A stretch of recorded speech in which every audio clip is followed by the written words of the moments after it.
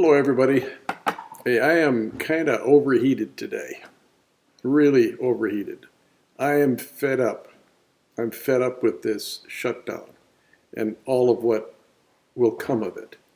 I want to talk to you about the 4 alarming things that's going on in this COVID-19 recovery.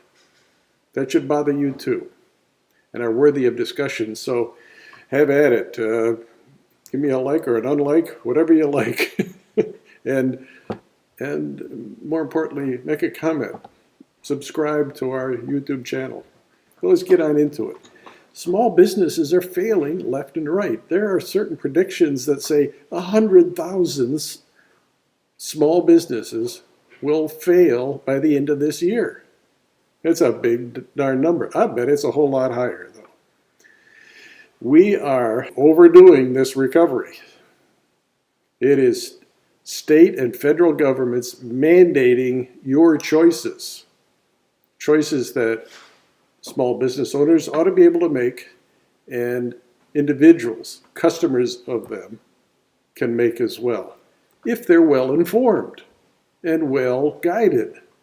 Today, the federal government and the state governments have tight control into the minutest of details of what we can do and not do. It borders on infringing upon our freedoms. Now, I'm not a constitutional lawyer, so I'm not going to go any further than that, but it feels that way.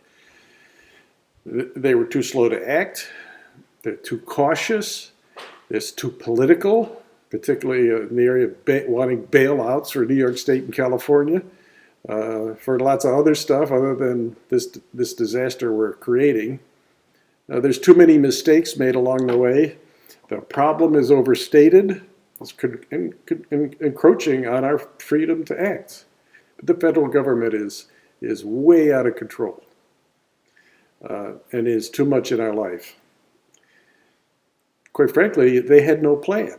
This is my second thing. They had no plan. Now, the CDC kind of knew what to do and could explain what the right procedures should be and the right measures should be to deal with a pandemic like we're living right now. But governments and, quite frankly, large companies had no plan for what they would do in the case of a pandemic. So we're kind of living through that. That's why it feels like everything's being made up, because we really don't know what to do. So the CDC had some guidance. Remember that, had guidance. But the government had no executable plan in the case that guidance was needed. Third, at this pace, the bailout money that we all enjoyed, or some of us enjoyed, will run out. We have no more money. We had no more money when we gave the bailouts, last month. I think, unfortunately, more than 100,000 businesses are going to fail because they will be out of money in a few months. Particularly those companies that have high infrastructure expenses in their budgets. So that's worrisome too. So this projection of 100,000 is probably way understated. At the crux of all of this, there's little reliance and trust on the part of the federal government and the state governments in the people within their communities. My goodness, I don't know why we can't simply let businesses decide under guidance from state and federal governments on what safety measures are prudent to consider, but leave it the decision on how to deploy them, which ones to use, business by business, let them make the decision. If they mess it up, they'll fix it.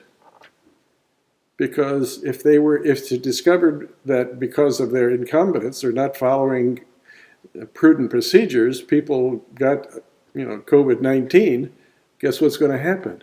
They will go out of business because nobody will go there anymore. All right, I say so be it.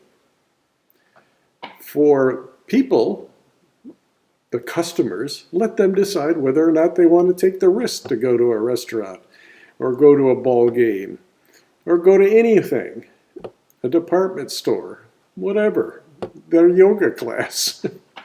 Let them decide it once understanding and explaining to them what the risks are, and that we suggest you wear a mask and gloves and stay home when you're sick and you have a temperature. Explain to people what they should be worrying about and considering in any decision they make about going out in the public. Leave it up to them. That's my view. So that's my 4. I contend that we should open up everything now. Get the heck out of the way about businesses and customers deciding for themselves the risk they want to take. There's implications of taking the risk. That's a decision a person can make. The federal government or the state government doesn't need to be making it for them. So let them make a choice. Publish good, thought out, not alarming, overly alarming guidance for how people ought to behave and how businesses ought to be protecting their customers. A lot of loud noise. Give me some of your loud noise back. I look forward to hearing it. Have a great day. I'm Bill Warner with EntreDot.